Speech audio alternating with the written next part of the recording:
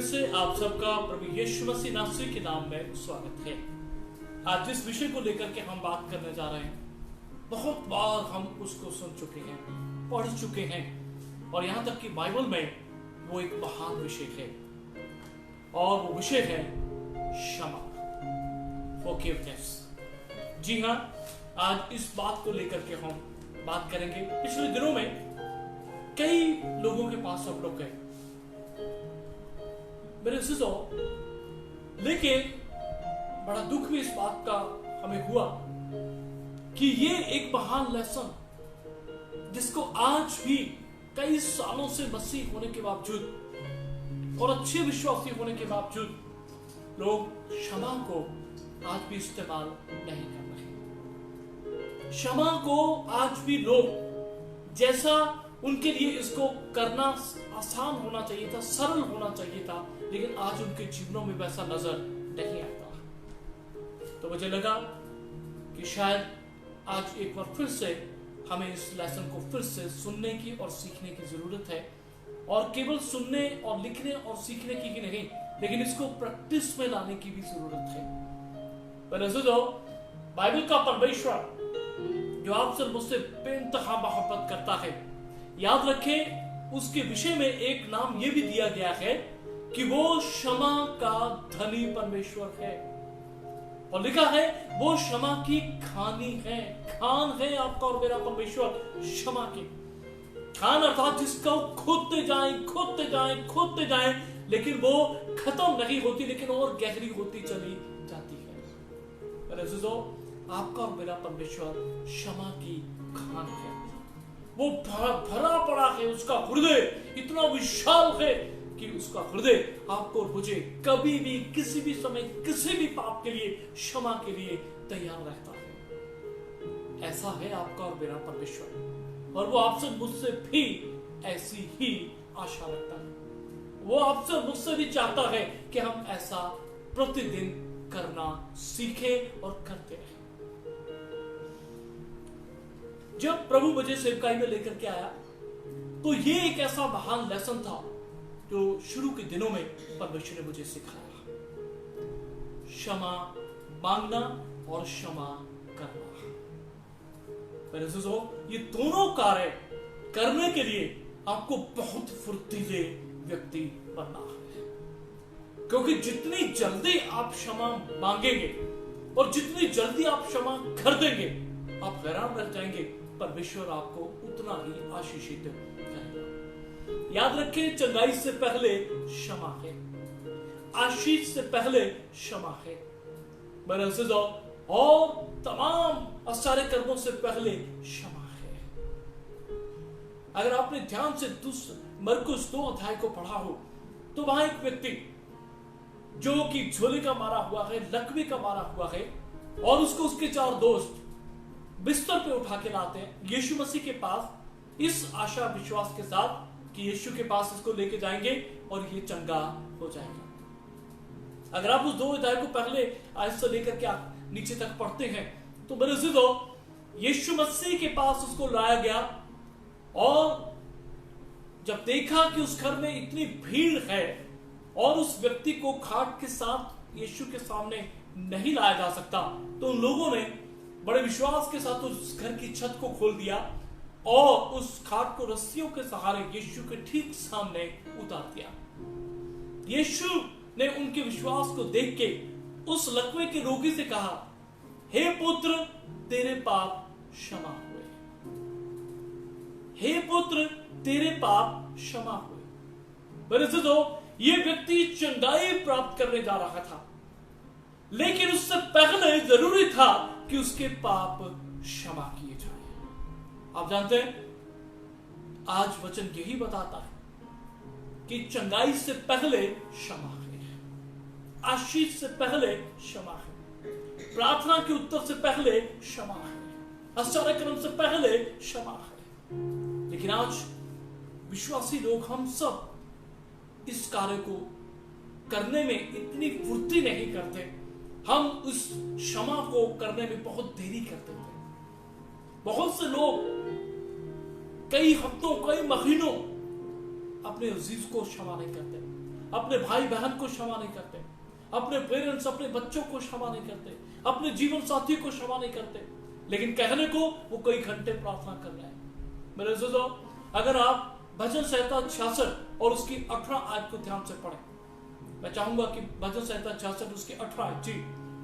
यदि मैं मन में अनर्थ की बात सोचता, यदि मैं मन में अनर्थ की बात सोचता, तो प्रभु मेरी ना सुनता, तो प्रभु मेरी ना सुनता।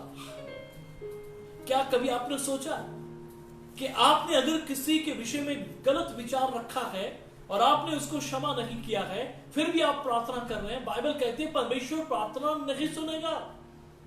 यदि हम अनर्थ विचार अपने अंदर रखे हुए हैं, कड़वाहट, नफरत, ईर्ष्या, ढा, एक दूसरे के लिए हम कड़वाहट रखते हैं और फिर भी हम प्रार्थना कर रहे हैं, मेरे अजीजों, बाइबल का परमेश्वर कहता है, जैसा अभी हमने पढ़ा, कि यदि मैं मन में अनर्थ विचार सोचता, रखता, तो मेरा प्रभु मेरी ना सुनता।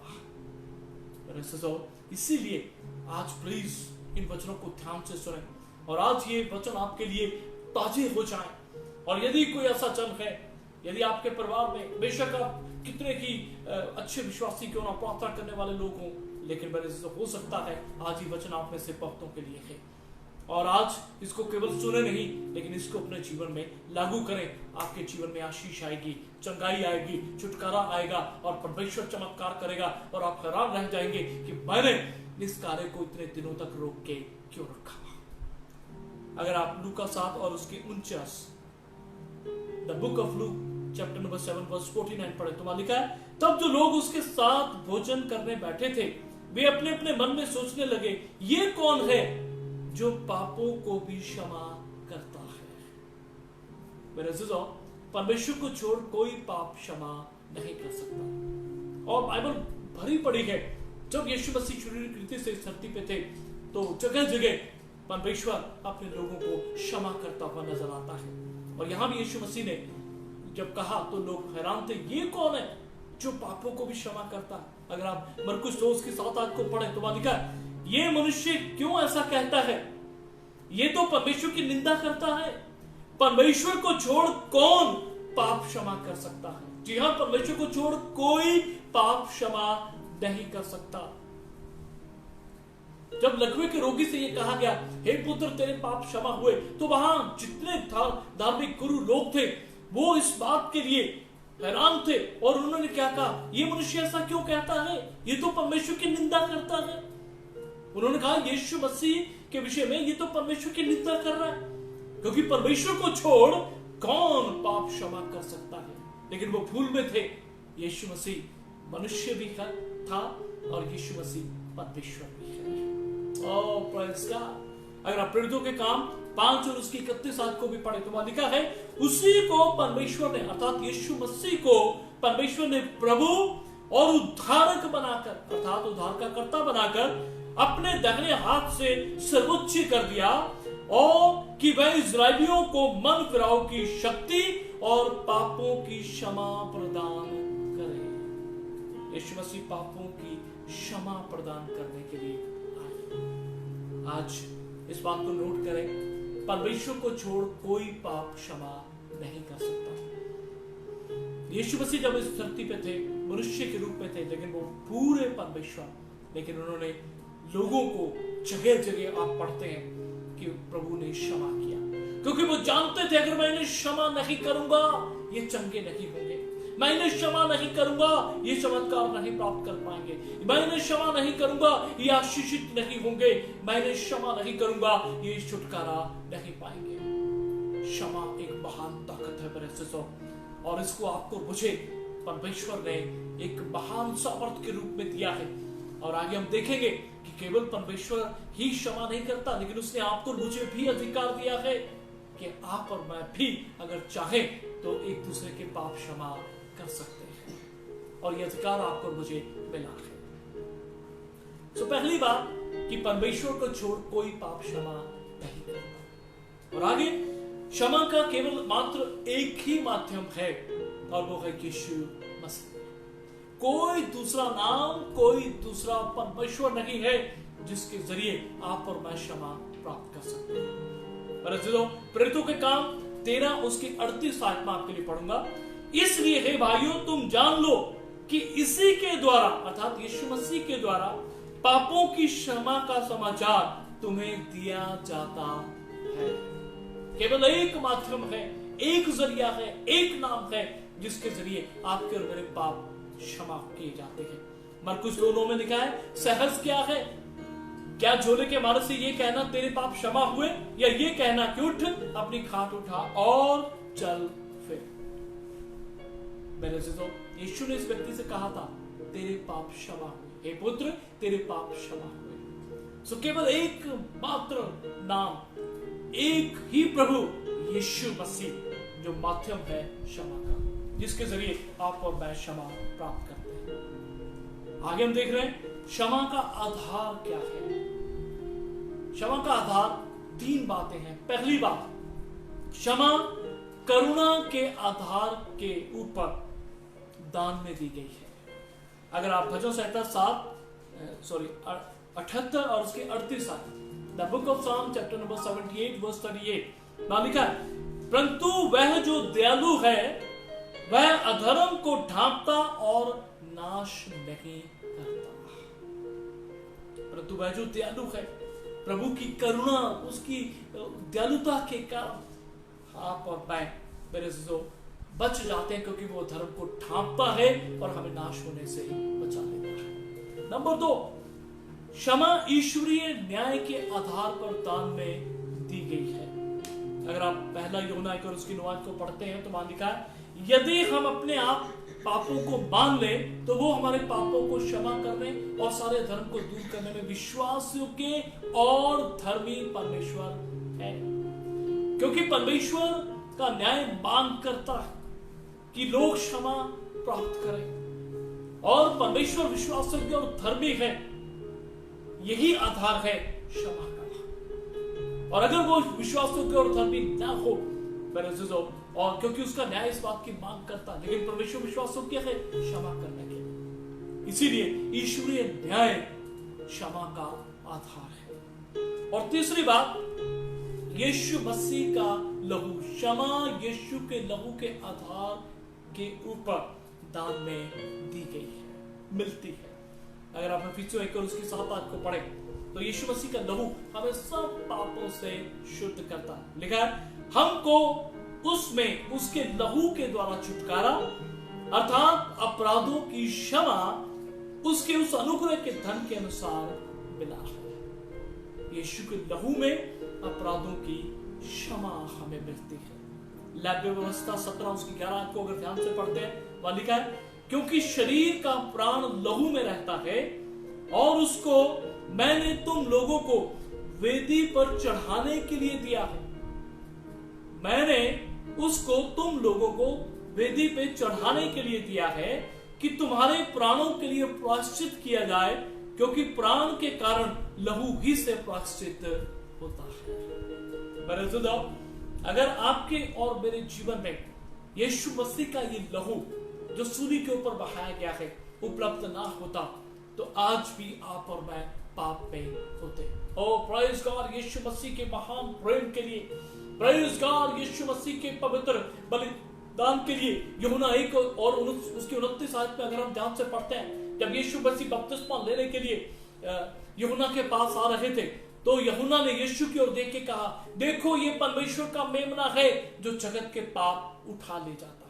यीशु आपके और मेरे लिए एक मेमने के रूप में बलिदान किया गया और बेशकीमती लहू बहाया, और वो आपके और मेरे लिए प्रायश्चित बन गया, मेल बन गया। उसने आपके और मेरे सारे पापों को, श्रापों को, दंड को अपने ऊपर उठा लिया, और वो आपके और मेरे लिए मारा गया और पकड़वाया गया और गाड़ा गया। लेकिन परमेश्वर ने तीसरे दिन यीशु को मुर्दों में से जीवित किया, क्योंकि लिखा है वो हमारे अपराधों के लिए पकड़वाया गया, हमें धर्मी बनाने के लिए तीसरे रोज मुर्दों में से जी उठा, और उसने सूली पे आपके और मेरे प्रायश्चित के लिए अपना बेशकीमती लहू बहाया। और यही लहू क्षमा का आधार है। और दुनिया में कोई ताकत नहीं, कोई ऐसी चीज नहीं है जो आपके और मेरे पापों की क्षमा का आधार बन सकता है। परमेश्वर की करुणा, परमेश्वर का ईश्वरीय न्याय और परमेश्वर का पवित्र लहू, यीशु मसीह के पवित्र लहू के द्वारा आप और मैं क्षमा किए जाते हैं। याद रखें, परमेश्वर ने जब आदम और हव्वा ने भी पाप किया था, उस समय उन्होंने अपने जीवन को, अपनी देह को पत्तों से ढांप लिया था। लेकिन परमेश्वर जानता था कि उनके पाप के द्वारा परमेश्वर का न्याय ऐसे लहू की मांग करता है, क्योंकि लहू जो है वो मृत्यु का प्रतीक है। अर्थात जहां पाप होता है वहां जरूरी है कि लहू बहाया जाए। और यही वजह थी परमेश्वर ने उनके पास जाकर के उनके पत्तों को हटाया और उनकी संति, चमड़े का अंग रखा, अर्थात एक पशु बलि किया गया, जिसके लहू के कारण उनका जो पाप था वो ढांप दिया गया। जहां पाप है वहां परमेश्वर का न्याय लहू की मांग करता है। अर्थात जैसा अभी हमने पढ़ा, प्राण के कारण लहू ही से प्रायश्चित होता है, क्योंकि शरीर का प्राण लहू में रहता है। यानी कि किसी ना किसी को लहू बहाना पड़ेगा पापों की क्षमा के लिए। जैसा इब्रानी 9:22 में भी लिखा है, प्राय लहू से सब वस्तुएं पवित्र की जाती, शुद्ध की जाती हैं, और बिना लहू बहाए पापों की माफी नहीं मिलती।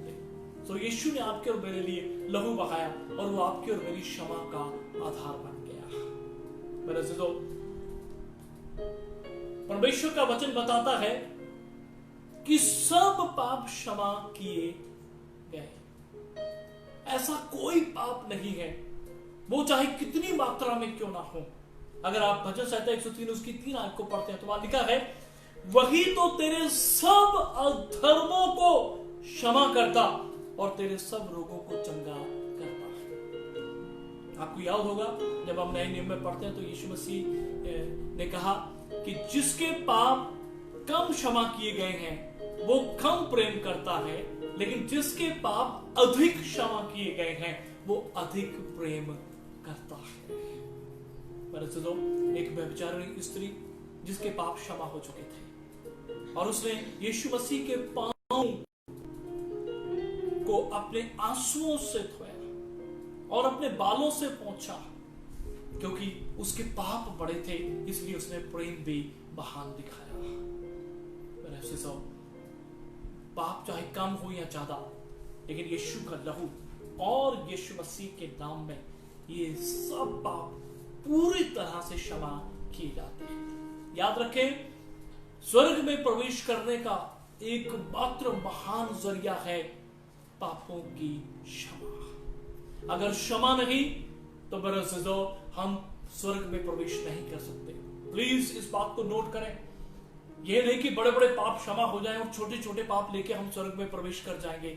जी नहीं, बाइबल में लिखा है, अगर आप प्रकाशित वाक्य को ध्यान से पढ़ेंगे तो वहां लिखा है, कोई अशुद्ध वस्तु, कोई अपवित्र व्यक्ति स्वर्ग में प्रवेश नहीं कर सकता। परमेश्वर स्वर्ग, जो कि महान पवित्रताई में वास करने वाला परमेश्वर है, मेरे अज़ीज़ों, वहां कोई पाप या कोई घिनौनी वस्तु प्रवेश नहीं कर सकती। पाप चाहे थोड़ा हो या ज्यादा, मेरे अज़ीज़ों, उसको पूरा क्षमा होना है, पूरी तरह से क्षमा होना है, ताकि किसी रीति से कोई अशुद्धि न रखे।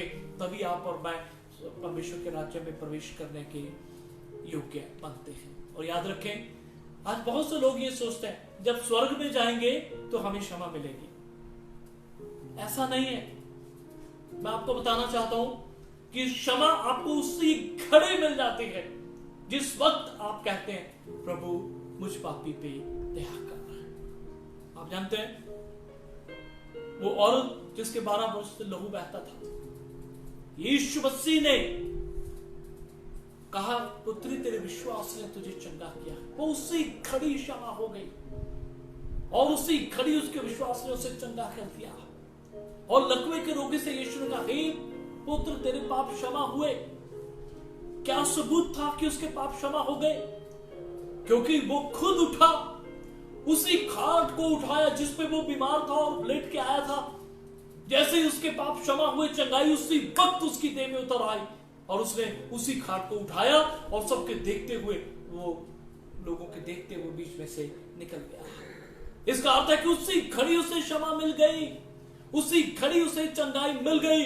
उसी घड़ी उसे आशीष मिल गई, उसी घड़ी उसे छुटकारा मिल गया। मेरे अजीजों, ये क्षमा आपको स्वर्ग में नहीं, ये क्षमा आपको इसी वक्त उस क्षण मिल जाती है जब आप कहते हैं, यीशु मैं पापी मनुष्य हूं, प्रभु मैं विश्वास करता हूं मेरे लिए मारे गए, गाड़े गए, प्रभु मुझे क्षमा करें। मैं विश्वास करता हूं परमेश्वर ने तीसरे दिन यीशु को मुर्दों में से जीवित किया। यीशु मैं आपसे क्षमा मांगता हूं, मुझे क्षमा करें। उसी वक्त प्रभु आपको क्षमा करते हैं, और जब आप यीशु का नाम लेते हैं वो आपका उद्धार करता है, तुरंत क्षमा मिलती है। पहला यूहन्ना 2 की 12 को जब हम पढ़ते हैं, हे बालकों मैं तुम्हें इसलिए लिखता हूं कि उसके नाम से तुम्हारे पाप क्षमा हुए। यीशु के नाम से तुम्हारे पाप क्षमा हो, उसी वक्त उसी घड़ी क्षमा मिल जाती है। क्षमा के लिए कुछ शर्तें भी हैं जो कि हर वक्त हमें याद रखनी चाहिए, क्योंकि दिन में सुबह से शाम तक न जाने कितनी बार आप और मैं गलती करते हैं, पाप करते हैं। लेकिन मेरे अजीजों, मैं क्यों इस बात को कह रहा हूं कि हमें फुर्ती करनी चाहिए क्षमा मांगने के लिए और क्षमा करने के लिए, क्योंकि जितनी जल्दी आप क्षमा मांग लेंगे, क्षमा कर देंगे, परमेश्वर उतनी जल्दी चंगाई, छुटकारा, आशीष और चमत्कार को आपके और मेरे जीवन में उतार देगा।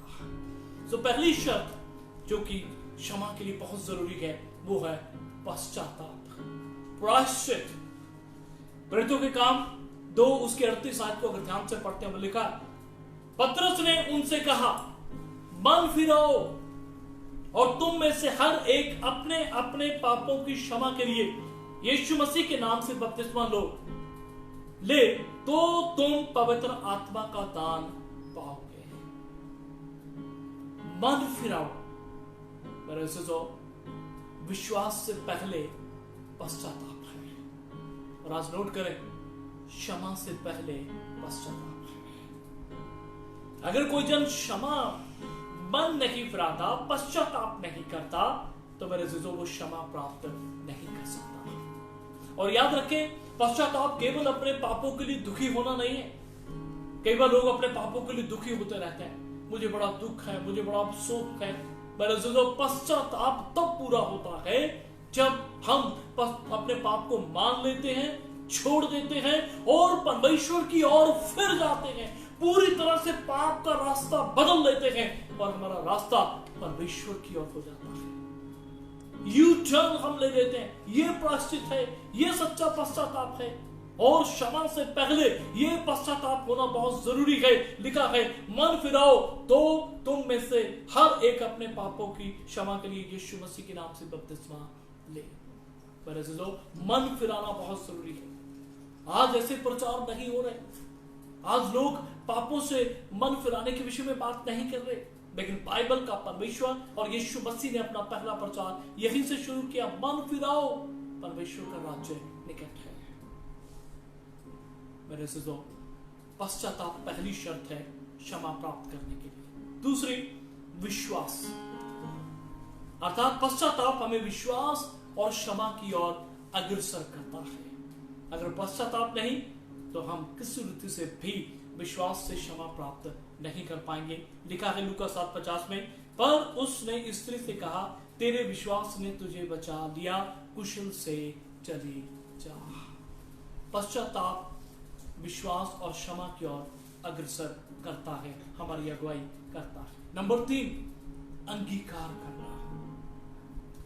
जैसा पहला यूहन्ना 1 और उसके 9 आयत में हमने पढ़ा, यदि हम अपने पापों को मान लें तो वो हमारे पापों को क्षमा करने, सारे अधर्म को दूर करने में विश्वास योग्य और धर्मी परमेश्वर है। जब तक आप और मैं अपने पाप को मानेंगे नहीं, मेरे अजीजों, हम क्षमा को प्राप्त नहीं कर पाएंगे। और भजन संहिता 32 उसकी 5 आयत बहुत इंपॉर्टेंट वर्स है, नोट करें इसको। जब मैंने अपना पाप तुझ पर प्रकट किया, दाऊद ने क्या कहा, जब मैंने अपना पाप तुझ पर प्रकट किया और अपना अधर्म ना छिपाया और कहा मैं यहोवा के सामने अपने अपराधों को मान लूंगा, तब तूने मेरे अधर्म और पाप को क्षमा कर दिया। ओह प्रेज गॉड, हालेलुया। आज लोग अपने पापों को छिपाने की कोशिश करते हैं, आज अपने लोगों को भूल जाने की कोशिश करते हैं कि हर पाप को वो भूल जाए। किससे छिपा रहे हैं हम पाप? वो जो मन के भीतर लगातार आपको मुझे देखता रहता है। मनुष्य से छिपाया जा सकता है, मनुष्य को धोखा दिया जा सकता है, परमेश्वर से छिपाया और उसको धोखा नहीं दिया जा सकता। दाऊद जानता था, इसलिए उसने कहा, मैंने अपना पाप तुझ पर प्रकट किया और अपना धर्म न छिपाया, और कहा, मैं यहोवा के सामने अपने अपराधों को मान लूंगा, तब तूने मेरे अधर्म और पाप को क्षमा कर दिया। ओ प्रेज़ गॉड, हालेलुया। ऐसे तो अपने पापों को परमेश्वर के सामने अंगीकार करें, मान लें, प्रभु मुझे माफ कर दीजिए, कैसा भी पाप आपने क्यों ना किया हो, कैसा भी। लेकिन जब हम मान लेते हैं तो याद रखें, यीशु मसीह आज आपके और मेरे लिए मध्यस्थ है, महायाजक है और सहायक है। इंग्लिश में लिखा है एन एडवोकेट, वकील है। वो आपकी और मेरी वकालत करता है और अपने लहू के वसीले से वसीला दे करके आपको और मुझे जब हम क्षमा मांग लेते हैं तो पिता के सामने आपके और मेरे केस को लेके जाता है, और पिता यीशु के लहू के कारण, यीशु मसीह के बलिदान और नाम के कारण आपको और मुझे क्षमा करता है। अंगीकार करना बहुत जरूरी है। अगर अंगीकार नहीं करेंगे हम अपने पाप को तो क्षमा प्राप्ति नहीं होगी। नंबर 4, दूसरों को क्षमा करना। जैसा मैंने पहले कहा, परमेश्वर ने आपको मुझे भी अधिकार दिया है। मत्ती 6:15 में लिखा है, और यदि तुम मनुष्यों के अपराध क्षमा ना करोगे तो तुम्हारा स्वर्गीय पिता भी तुम्हारे अपराध क्षमा ना करेगा। कितना महान परमेश्वर है जो आपके और मेरे पाप तो क्षमा करता ही है, लेकिन आपको मुझे भी कहता है कि यदि तुम मनुष्यों के अपराध क्षमा ना करोगे तो मैं भी तुम्हारे अपराध क्षमा ना करूंगा। यदि तुम उनके अपराध क्षमा करोगे तो मैं भी तुम्हारे अपराध क्षमा करूंगा। कहने का अर्थ क्या है? आप और मैं अपने हृदयों में किसी को क्षमा ना करके जीवन जी ही नहीं सकते, क्योंकि विश्वासी इस बात के लिए बनाया नहीं गया। आपको मुझे क्षमा करना ही होगा, क्योंकि यीशु मसीह आपसे मुझसे इस बात की मांग करते हैं। आप कहेंगे कितनी बार क्षमा करूं? इसका भी जवाब बाइबल देती है। अगर आप मत्ती 18 उसकी 22 आयत को पढ़ें, पतरस ने आके यीशु मसीह से कहा, प्रभु मैं अपने भाई को दिन में कितनी बार माफ करूं? क्या 7 बार? यीशु मसीह ने कहा, यीशु ने उससे कहा, मैं तुझसे ये नहीं कहता कि 7 बार, बल्कि 7 बार के 70 गुने तक, अर्थात निरंतर क्षमा करना है। विश्वासियों के लिए इस बात के लिए अपने हृदय को तैयार करना होगा कि हम किसी भी व्यक्ति को क्षमा करने के लिए फुर्ती करें, और हमारे लिए सरल होना चाहिए। क्योंकि अगर आप और मैं ये विश्वास करते हैं कि मैं जब पाप करता हूं परमेश्वर के सामने मानता हूं तो वो मुझे क्षमा कर देता है, तो आपको मुझे भी अपने बहन भाइयों को, अपने अजीजों को क्षमा करना होगा। और ये आपकी और मेरी एक अच्छी आदत बन जानी चाहिए, क्योंकि अगर हम क्षमा नहीं करेंगे तो याद रखें, प्रेमी पिता भी जो स्वर्ग में रहता है आपके और मेरे पाप क्षमा नहीं करेगा। अगर आप याकूब 5 और उसकी 16 आयत को पढ़ें, याकूब 5:16, जी प्लीज। इसलिए तुम आपस में एक दूसरे के सामने अपने अपने पापों को मान लो। इसलिए तुम आपस में एक दूसरे के सामने अपने अपने पापों को मान लो, अर्थात मनुष्य मनुष्य के सामने अपने पापों को मान ले, और एक दूसरे के लिए प्रार्थना करो। तब एक दूसरे के लिए प्रार्थना करो जिससे चंगे हो जाओ। जिससे चंगे हो जाओ। नोट कर लीजिए इस वर्स को। आज बहुत से मसीह लोग इधर उधर भटकते फिरते हैं, यहां चले जाए, वहां चले जाए, वहां चंगाई मिल जाएगी, वहां चंगाई मिल जाएगी, लेकिन मेरे अजीजों चंगाई कहां है? बाइबल साफ कहती है, अगर उस व्यक्ति ने क्षमा नहीं किया, वो दुनिया की किसी भी मीटिंग में किसी भी सेवक के पास चला जाए, वो चंगाई नहीं प्राप्त कर सकता। क्यों? क्योंकि बाइबल कहती है एक दूसरे को क्षमा करो और तब प्रार्थना करो, तब तुम चंगे हो जाओगे। ओह प्रेज़ गॉड। जैसा मैंने पहले कहा कि आपकी चंगाई से पहले क्षमा है, और प्रार्थना से पहले यहां भी लिखा एक दूसरे को क्षमा करो तब प्रार्थना करो। प्रार्थना से पहले क्षमा है। और अब मरकुस 11 में बड़े आराम से हम इस बात को पढ़ते हैं कि जब तू खड़े होकर प्रार्थना करने के लिए प्रभु के भवन में आए, वहां तुझे याद आता है मेरे भाई के मन में मेरे प्रति कोई विरोध है, कहता अपनी भेंट वेदी पे छोड़, पहले अपने भाई से जाके मेल मिलाप कर, उससे क्षमा मांग या उसको क्षमा कर, और तब आके अपनी भेंट चढ़ा अर्थात प्रार्थना कर। लेकिन आज लोग अपने भीतर क्षमा ना करने की एक गंदी आदत, मैं कहूंगा दुष्ट आत्मा को अपने भीतर बनाए रखते हैं और क्षमा ना करते हुए फिर भी प्रार्थना करते हैं। क्षमा नहीं किया फिर भी जगह जगह सभाओं में जाते हैं और वचन पढ़ते हैं। मेरे जीजू कहां से चंगाई मिल पाएगी? परमेश्वर का नियम ये है, एक दूसरे के सामने अपने पाप मान लीजिए और तब प्रार्थना कीजिए, तब तुम चंगे हो जाओगे। ओह प्रेज़ गॉड, हालेलुया। मेरे जीजू, हम कई बार सोचते हैं हमने कौन से बड़े बड़े पाप किए हैं, व्यभिचार किया है या किसी की हत्या की है।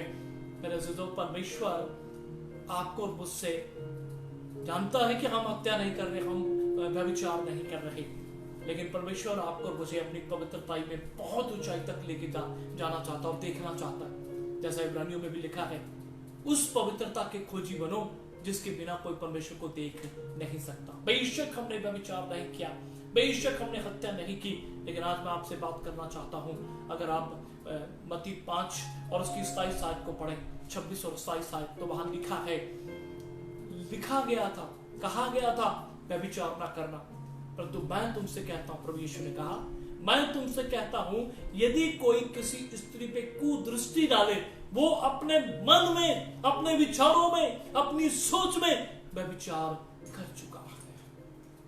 मेरे दोस्तों, आपको और मुझे अगर ऐसा विचार भी हमारे हृदय में आता है, मन में आता है, उसी वक्त आपको क्षमा मांगने की जरूरत है। हमारी विचारों में क्षमा मांगने की जरूरत है, गलत शब्दों के लिए क्षमा मांगने की जरूरत है, और आपको और मुझे गलत काम अगर हो गया तो उसके लिए क्षमा मांगने की जरूरत है। पर ऐसे जो बाहर जो गलत कार्य हुआ, पाप हुआ, वो नजर आता है, लेकिन शायद मन में जो विचार आया है वो कोई नहीं जानता, कोई नहीं देख रहा, किसी मनुष्य को पता नहीं चलता। लेकिन आपके और मेरे अंदर ऐसा भय होना चाहिए परमेश्वर का कि ऐसा विचार भी आता है तो हम उसी वक्त कहें, खुदा यीशु मसीह के नाम से पिता मुझे माफ कर दे। ऐसी पवित्रता परमेश्वर के हृदय को प्रसन्न करती है, और वो ऐसी पवित्रता आप पे और मुझ में देखना चाहता है। मेरे से तो अपनी विचारों में भी अगर हम कुछ ऐसा सोच लेते हैं तो बाइबल का परमेश्वर चाहता है कि हम क्षमा मांगे। अगर शब्दों में हमने कुछ कहा है तो बाइबल का परमेश्वर कहता है हम क्षमा मांगे। अगर आपने मेरे कामों में, एक्शंस में कुछ गलत किया है तो बाइबल का परमेश्वर कहता है हम क्षमा मांगे। क्षमा एक महान फैसला है मेरे अज़ीज़ों, इसको आपको मुझे लेना होगा। आपको याद होगा यूहन्ना 8 अध्याय और उसके एक आयत से अगर हम पढ़ें तो एक स्त्री जो कि व्यभिचार करते हुए रंगे हाथों पकड़ी जाती है, और व्यवस्था के अनुसार लोग उसे पकड़ के लाते हैं और उनके हाथों में पत्थर थे और वो उसको मारने जा रहे थे, लेकिन उन्होंने यीशु मसीह को देखा और कहा, पूछते हैं कि गुरु क्या कहता है, और वो उसे यीशु के पास लेके आए और कहा, गुरु ये औरत व्यभिचार करते हुए रंगे हाथों पकड़ी गई है, हमारी व्यवस्था कहती है कि ऐसी औरत को जो पकड़ी गई है पत्थरवा करके मार दिया जाए, तू क्या कहता है? वहां लिखा है यीशु झुका और वो भूमि पे कुछ लिखने लगा और उसने कहा, तुम में से पहला पत्थर वो मारे जिसने कभी कोई पाप ना किया हो। ओह प्रेज़ गॉड। ये है परमेश्वर का हृदय, ये है परमेश्वर का आपके और मेरे लिए प्रेम, ये है परमेश्वर जो खुद करके दिखाता है ताकि आप और मैं भी वैसा कर सके। और लिखा है सब ने अपने पत्थरों को वहीं छोड़ा और एक एक करके वहां से चले गए। वो स्त्री और यीशु अकेले रह गए। प्रभु ने कहा, हे स्त्री, क्या किसी ने तुझे दंड नहीं दिया? उसने कहा, हाँ प्रभु, किसी ने मुझे दंड नहीं दिया। प्रभु ने कहा, जा, मैं भी तुझे दंड नहीं देता, फिर पाप ना करना। और वो क्षमा करती गई। ऐसे आप और मैं कौन है? जब उस स्त्री का कर्ता उसे क्षमा करता है तो आप और मैं उसे कैसे पत्थरवा कर सकते हैं? उसका बनाने वाला रचयिता उसको क्षमा कर रहा है, आप और मैं उसे कैसे पत्थरवा कर सकते हैं? आज भी यीशु यही कहते हैं, ये मेरी बनाई हुई बेटी है, ये मेरा बनाया हुआ बेटा है, तू कौन है जो इसको पत्थरवा करना चाहता है, जो इसको दंड देना चाहता है? मेरे दोस्तों, अगर हम अपने आप को, अपने भीतर के जीवन को झांक के देख लेंगे, हम किसी के ऊपर दोष नहीं लगाएंगे, किसी के ऊपर उसके पाप के द्वारा पत्थर मार के उसको मारने का दंड नहीं देने की हिमाकत करेंगे, क्योंकि हम जानते हैं कि मैं खुद बहुत चूक जाता हूं। दाऊद इस बात को जान गया था, इसीलिए उसने अपने अपराधों को परमेश्वर के सामने मान लिया, क्योंकि वो जानता था मेरा प्रभु मुझे क्षमा करेगा, और उसने क्षमा कर भी दिया।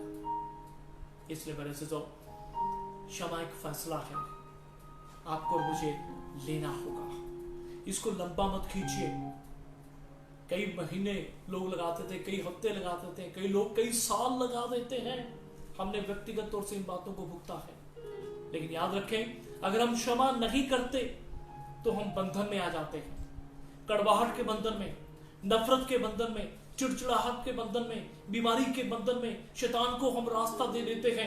लेकिन जैसे ही आप क्षमा करेंगे मेरे अज़ीज़ों, उसी वक्त सब पत्थरों से आप आजाद हो जाएंगे, झंगाई उतर आएगी, आप आशीष पाएंगे, चमत्कार आपको मिलेगा और आपके जीवन में बदलाव आना शुरू हो जाएगा। क्षमा महान ताकत है, इसको इस्तेमाल करें। लेकिन प्लीज, मैं जानता हूं आप और मैं अपनी ताकत से ये नहीं कर सकते, पवित्र आत्मा की मदद चाहिए। उसके आगे दीन हो जाएं और पवित्र आत्मा से कहें, मैं ये नहीं कर पा रहा पवित्र आत्मा जी, यीशु राजा मैं ये नहीं कर पा रहा, नहीं कर पा रही, प्रभु मेरी मदद करें।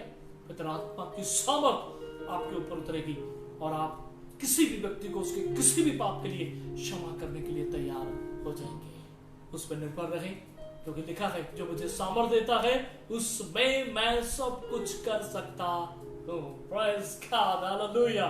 सो प्रभु सामर्थ देता है, तब आप और मैं क्षमा कर पाते हैं। मेरे अज़ीज़ों, जब आप क्षमा कर देते हैं, आपका हृदय बिल्कुल परमेश्वर के सामने क्लियर हो जाता है, साफ हो जाता है, और वहां पे वो वास करना पसंद करता है। सो क्षमा एक फैसला भी है, इसे जितनी जल्दी हो सकता लीजिए और क्षमा मांग लीजिए, क्षमा कर दीजिए और आप आशीष पाएंगे। इस वचन के अनुसार प्रभु आप सबको आशीष दे।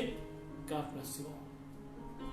आइए अपने सरों को झुकाएं, हम प्रार्थना करेंगे। पिता, आपका शुक्र, आपकी तारीफ करते हैं आज के वचन के लिए, आपकी पवित्र उपस्थिति के लिए। प्रभु, हम जानते हैं हम कई बार अपने अजीजों को जो हमारे विरोध में पाप करते हैं क्षमा नहीं करते, और कई बार बहुत से लोग कई दिनों तक, हफ्तों तक, कई बार सालों तक क्षमा नहीं करते। लेकिन ऐसा करके हम अपने आप का नुकसान करते हैं, क्योंकि हम अपने आप को कड़वाहट, नफरत और बीमारियों और शैतान के बंधन में ले आते हैं।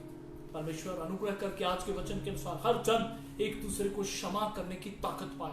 प्रभु, अपनी स्वर्गीय सामर्थ पवित्र आत्मा की मदद से उठेल परमेश्वर, ताकि एक एक जन प्रभु क्षमा प्राप्त करे और क्षमा कर भी दे और क्षमा करना सीखने पाए, ताकि प्रभु भविष्य में हम कभी भी प्रभु क्षमा ना करने के पाप में फंसे न रहें, बल्कि प्रभु क्षमा करके और क्षमा मांग के हम आशीषित हों और लोगों को भी आशीष देने वाले बने। ऐसा जीवन जीने के लिए हम सबकी मदद करें। धन्यवाद प्रभु, आपने हमें अपने नाम और अपने लहू से क्षमा किया, हमारे अपराधों का दोष हम पे नहीं लगाया, वरन अपने लहू से धोके हमें शुद्ध किया और इस योग्य बनाया कि हम परमेश्वर पिता की पवित्र उपस्थिति में बिना किसी पाप, बिना किसी हीन भावना के खड़े रह सकते हैं।